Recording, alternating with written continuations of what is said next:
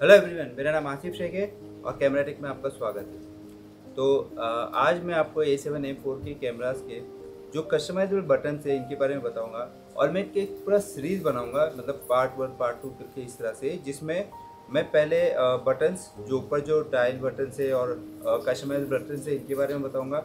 फिर इंटरनल मेनू में जाके आप क्या क्या सेटिंग कर सकते हैं वो बताऊँगा और कुछ ऐसे फीचर्स आपको मैं बताऊँगा जो आपके बहुत काम आ सकते हैं। तो ये मैं पार्ट में रखूँगा सीरीज, क्योंकि एक ही वीडियो में ये सारा कवर करना थोड़ा सा डिफ़िकल्ट है, क्योंकि वीडियो बहुत लंबा हो जाएगा। तो मैं बेसिक से शुरू करता हूँ। तो मैं शुरू करता हूँ जो सोनी के A7M4 के जो कस्टमाइज्ड बटन है, जो C2, C3, C4, C1, even ये डायल बाय डिफ़ॉल्ट इन पर क्या सेटिंग होती है जो कंपनी की तरफ से आते हैं, और आप किस तरह से इनको कस्टमाइज़ कर सकते हैं और क्या सेटिंग उस पर रख सकते हैं, ये मैं आपको बताऊँगा। इवन जो लेंस के अंदर बटन्स होते हैं, ये किस तरह से आप क्या सेटिंग कर सकते हैं वो भी मैं आपको बताऊंगा। तो शुरू करते हैं आज का वीडियो हम। तो मैं आपको सीधा मेनू पे लेके जाता हूँ, या मैं बटन्स प्रेस करके दिखाता हूँ कि आपको क्या फीचर्स मिलते हैं। जैसे यहाँ पे C2 बटन है, अगर आप ये C2 को प्रेस करते हैं तो C2 पे जो आपको सेटिंग मिलती है वो फोकस एरिया की मिलती है, जिसमें आप आपके रिक्वायरमेंट के हिसाब से, आप जो भी शूट कर रहे हैं उसके हिसाब से आप आपका फोकस का एरिया डिसाइड कर सकते हैं कि आप किस एरिया में शूट करना चाहते हैं। तो जो वाइड है, वाइड में आपको फुल सेंसर, मतलब फुल फ्रेम आपको मिलता है और सारे पॉइंट एक्टिव होते हैं। जहाँ भी आप चाहो वहाँ पे आपका पॉइंट टच करके या किस तरह से भी आप उसको एक्टिवेट कर सकते हो। तो यहाँ वाइड में आपको सारे पॉइंट एक्टिवेट मिलते हैं। जोन में आप जोन वाइज एक्टिवेट करते हो। ये जो आपका जोन दिख रहा है, इस जोन में आपके पॉइंट एक्टिवेट होंगे, तो जोन के बाहर का जो सब्जेक्ट हो वो फोकस नहीं होगा, जोन के अंदर का जो सब्जेक्ट होंगे वो फोकस होंगे, सीधे जोन के ही पॉइंट को एक्टिवेट करेगा। सेंटर तो आप जानते होंगे कि बहुत टाइम से सेंटर यूज़ हो रहा है, तो सेंटर के पॉइंट को ही एक्टिवेट रखेगा। उसके बाद नीचे आएंगे तो आपको स्पॉट मिलता है। स्पॉट में आपको तीन तरह के पॉइंट मिलते हैं, मीडियम, स्मॉल और लार्ज।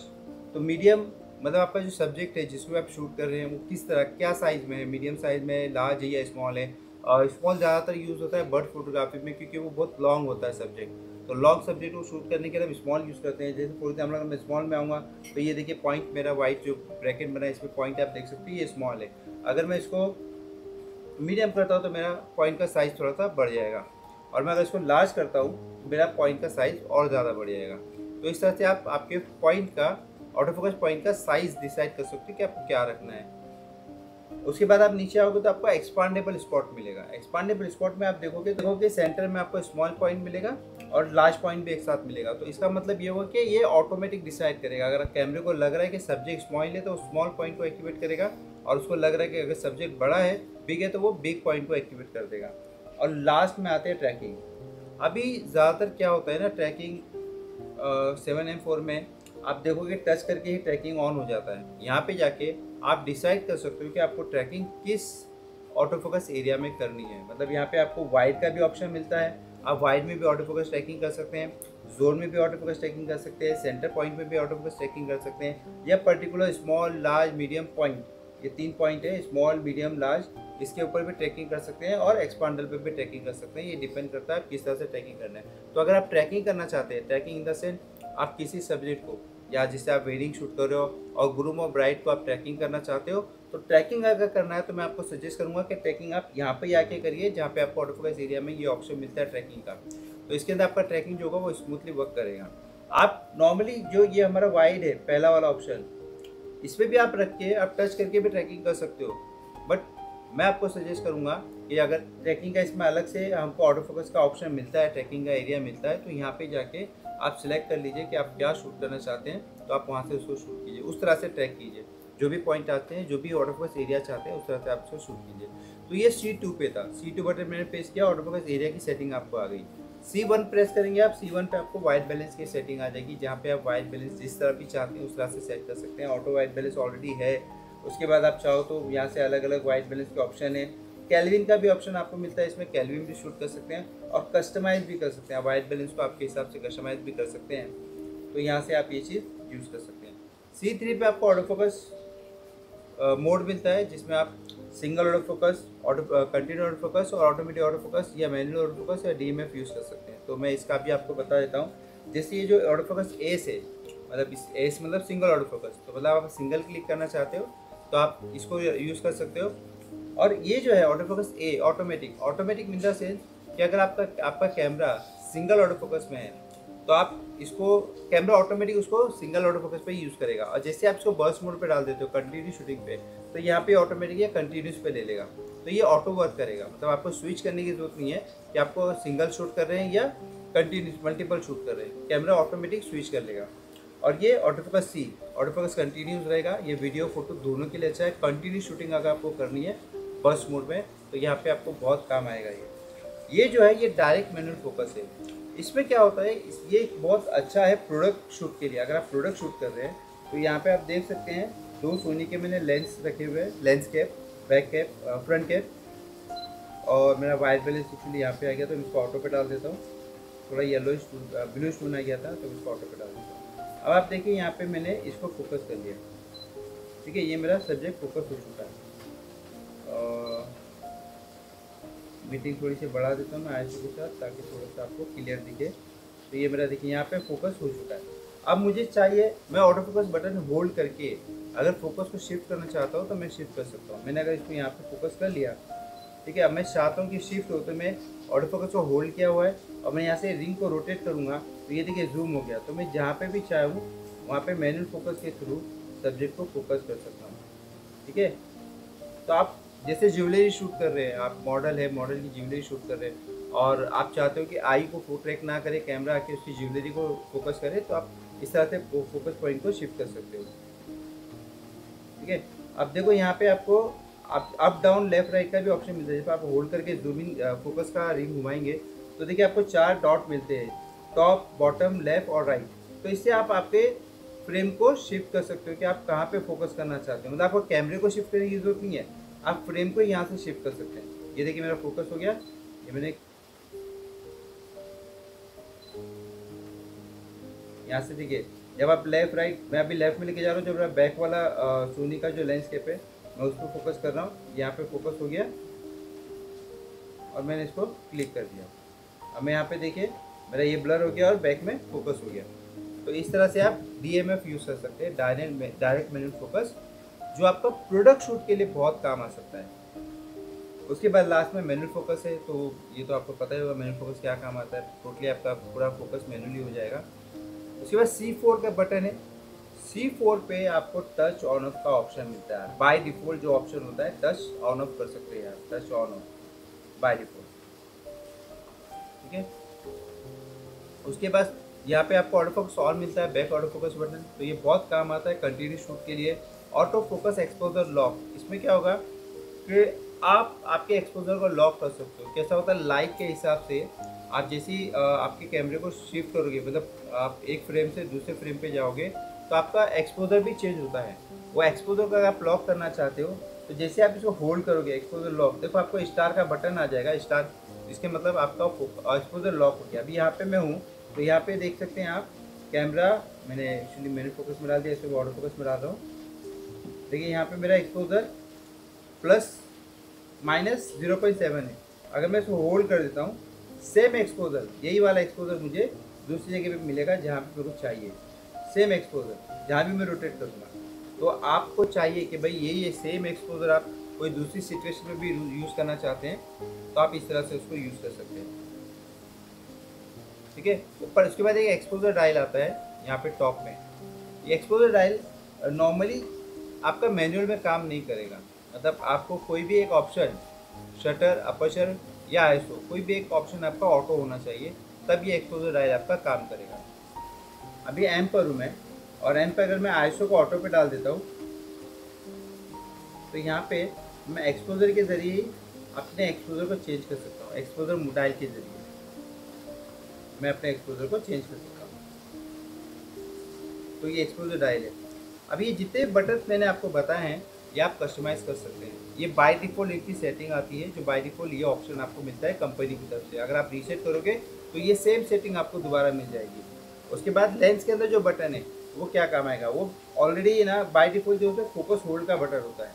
मतलब जैसे आप प्रेस करोगे फोकस होल्ड हो जाएगा, बट आप इसको भी कस्टमाइज़ कर सकते हो।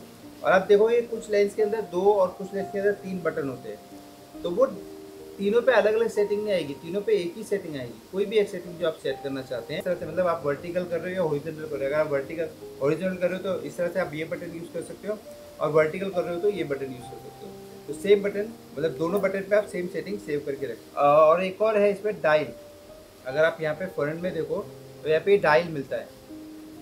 बाय डिफॉल्ट ये डायल के ऊपर कुछ भी सेट नहीं होता, आप ये डायल को कस्टमाइज़ कर सकते हो आपकी रिक्वायरमेंट के हिसाब से, ठीक है। उसके बाद यहाँ पे आपको फ्रंट में जो डायल मिलता है ये आपका अपर्चर वैल्यू के लिए रहता है। थंब के पास जो डायल है ये आपका शटर के लिए होता है, शटर प्रायोरिटी, अपर्चर प्रायोरिटी। इन दोनों को स्विच कर सकते हो आप आपके यूज़ के हिसाब से, क्योंकि कुछ कैमराज में कुछ ब्रांड क्या करते हैं, फर्स्ट फिंगर के ऊपर आपका शटर रखते हैं और थंब के बाद अपर्चर रखते हैं, तो आप स्विच कर सकते हो। कुछ ब्रांड में क्या होता है, थंब पे अपर्चर, यहाँ पे शटर, और ये डायल के ऊपर आईएसओ होता है, तो वो भी आप सेट कर सकते हो। मतलब पूरा आप आपके रिक्वायरमेंट के हिसाब से कस्टमाइज कर सकते हो। तो ये थे बटन्स की इन्फॉर्मेशन। अब मैं बताता हूँ कि आपको आप इन बटन्स को कस्टमाइज किस तरह से कर सकते हैं। तो कस्टमाइज करने के लिए मैं फिर मेन्यू पे जाता हूँ, मैं मेन्यू प्रेस कर रहा हूँ। मेन्यू प्रेस करने के बाद आपको जाना है जनरल सेटिंग में, जो सबसे लास्ट में सूटकेस बना हुआ है जनरल सेटिंग, इसमें जाना है। इसमें जाके आपको थर्ड ऑप्शन मिलता है ऑपरेशन कस्टमाइज। ऑपरेशन कस्टमाइजर के दो ऑप्शन मिलते हैं आपको, कस्टम की डायल सेट, कस्टम की डायल सेट। ये दोनों मतलब एक जो है आपका वीडियो के लिए है, पहला वाला जो है ये इमेजेस के लिए। आप सेम बटन इमेजेस के लिए भी यूज़ कर सकते हैं और सेम बटन वीडियोस के लिए भी, मतलब आप एक ही बटन पे वीडियो के लिए अलग सेटिंग रख सकते हैं और फोटो के लिए अलग सेटिंग रख सकते हैं।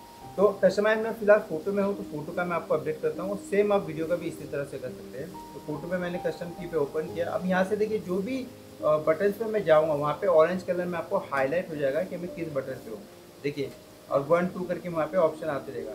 जो भी बटन पे मैं जाऊँगा वहाँ पे आपको ये ऑप्शन मिलेगा। देखिए बाय डिफॉल्ट जो है ये एक्सपोजर लॉक है, auto exposure lock, auto focus on, यहाँ पे वाइट बैलेंस है, ये C1 बटन है हमारा, जहाँ पे ये 3 दिखा रहा है, वाइट बैलेंस, ये focus mode, touch operation on off, ठीक है, फोकस स्टैंडर्ड। ये जो हमारा जॉयस्टिक का बटन है इसमें भी आप सेट कर सकते हो, ठीक है। जॉयस्टिक जो हम लेफ्ट राइट अप डाउन करते हैं, अगर हम इसको प्रेस करेंगे तो प्रेस करने के लिए भी हम इसको कोई एक फीचर्स असाइन कर सकते हैं। उसके बाद ये नॉट सेट देखिए सेंटर बटन है, सेंटर बटन पे कोई भी फीचर असाइन नहीं है, आप आपकी रिक्वायरमेंट के हिसाब से असाइन कर सकते हैं। मैंने कुछ इसमें जूम के रिगार्डिंग मैंने फीचर्स असाइन किए थे, तो मैं आपको वो भी करके दिखा दूंगा आगे। यहाँ पे ड्राइव मोड है लेफ्ट साइड पे, और राइट साइड पे आपको आईएसओ का ऑप्शन मिलता है। डाउन पे कोई भी सेटिंग नहीं है, आप आपकी रिक्वायरमेंट के हिसाब से कोई भी सेटिंग असाइन कर सकते हैं, ठीक है। यहाँ पे देखिए मूवी सेटिंग का बटन है जो डायरेक्टली ऑन ऑफ मतलब बाय डिफ़ॉल्ट है। यहाँ पे फोकस एरिया है C2 जो मैंने फर्स्ट में बताया था आपको, फोकस एरिया। उसके बाद फोकस होल्ड, ये जो लेंस के अंदर जो बटन है फोकस होल्ड का बटन है, ठीक है।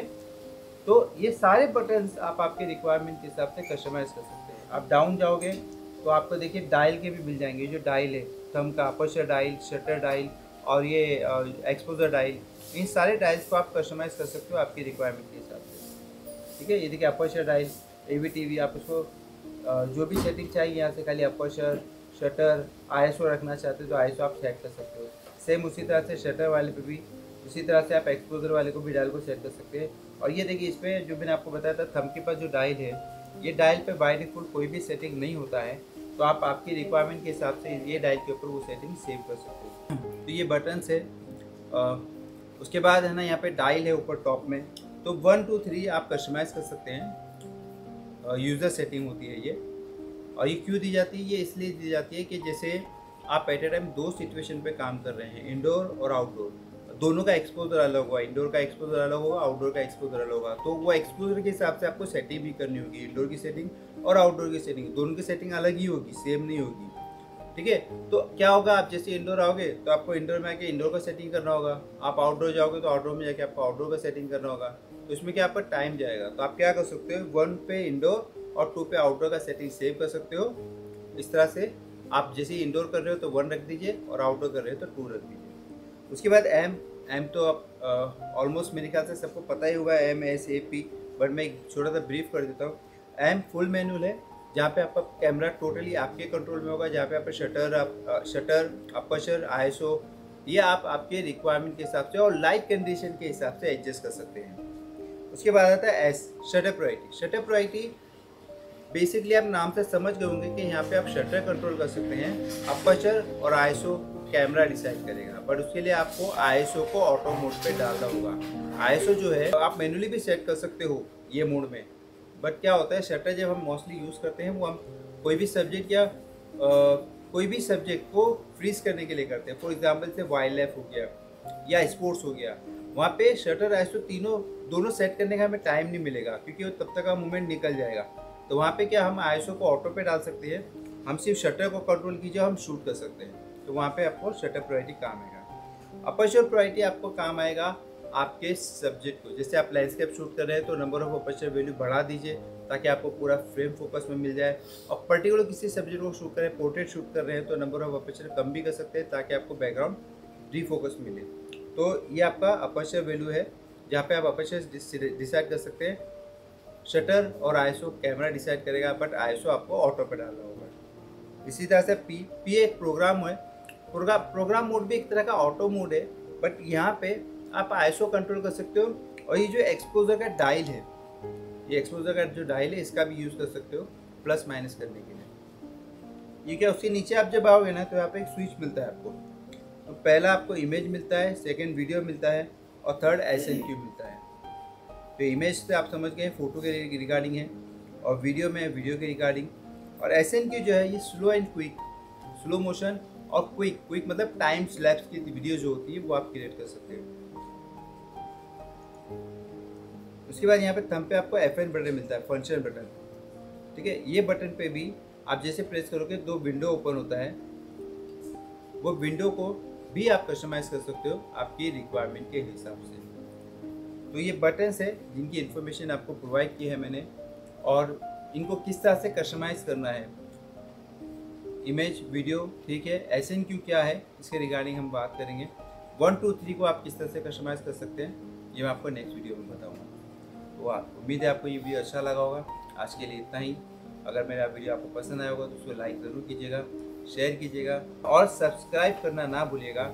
मैं इसी तरह के और इन्फॉर्मेटिव वीडियो आपके लिए बनाता रहूँगा। कमेंट ज़रूर कीजिएगा, आपको जैसे आप A7M4 यूज़ कर रहे हैं और कोई दिक्कत आ रही है आपको, तो मुझे कमेंट ज़रूर कीजिएगा, मैं आपको उसका सोल्यूशन ज़रूर प्रोवाइड करूँगा। तो आज के लिए इतना ही। Thank you.